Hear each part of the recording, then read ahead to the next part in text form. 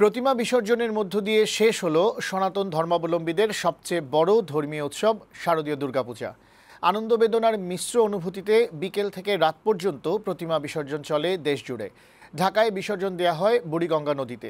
এর আগে রাজধানীর পলাশী থেকে বিজয়া শোভাযাত্রা করে বিভিন্ন মন্দির থেকে প্রতিমা আনা হয় সোয়ারীঘাটে।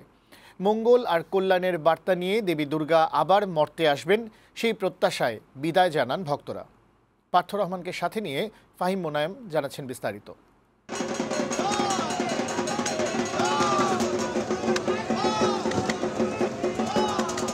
বোধনের মধ্য দিয়ে মর্তে এসেছিলেন দেবী দুর্গা। সনাতন ধর্মের অনুসারীদের 5 দিনের পূজা অর্চনা শেষে দশমীতে বিদায় নিলেন বিসর্জনের আনুষ্ঠানিকতায়।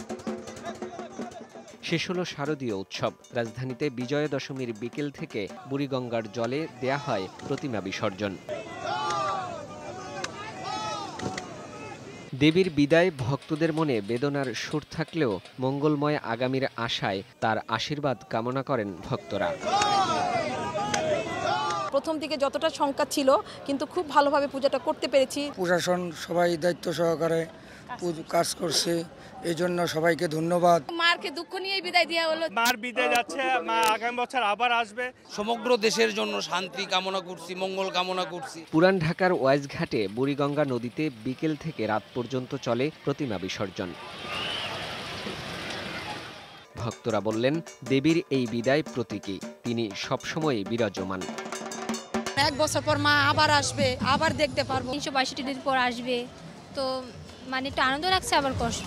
এর আগে বিকেলে রাজধানীর পলাশী মোড় থেকে মহানগর পূজা উদযাপন পরিষদের আয়োজনে বের হয় বিজয়ার শোভাযাত্রা। এতে যোগ দেয় নগরীর বিভিন্ন পূজা মণ্ডপ থেকে প্রতিমা নিয়ে আসা ভক্তরা।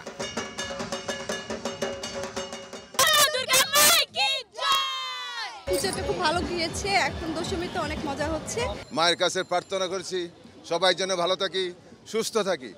আজকের দিনে আমরা প্রার্থনা করি দেশবাসীর জন্য সুখে শান্তিতে থাকে। প্রার্থনা করছি যেন এরকম ভাবে প্রতি বছর সে আসে, এরকম ভাবে আনন্দের মাধ্যমে আমরা আমাদেরকে আনন্দ দিয়ে আবার চলে যায়। শোভাযাত্রা ও প্রতিমা বিসর্জনকে কেন্দ্র করে রাজধানীতে নেওয়া হয় কড়া নিরাপত্তা ব্যবস্থা। সদরঘাটের ওয়াইজঘাটে পুলিশ, সেনা, নৌবাহিনী সদস্যদের পাশাপাশি দায়িত্ব পালন করেছেন ফায়ার সার্ভিস, কোস্টগার্ড ও নৌ পুলিশ সদস্যরা। সারা বাংলাদেশে আমরা একটা শান্তিপূর্ণ এবং উৎসবমুখর পরিবেশে এই পূজা উৎসবটির সমাপনী দিনে আমরা উপনীত হয়েছি।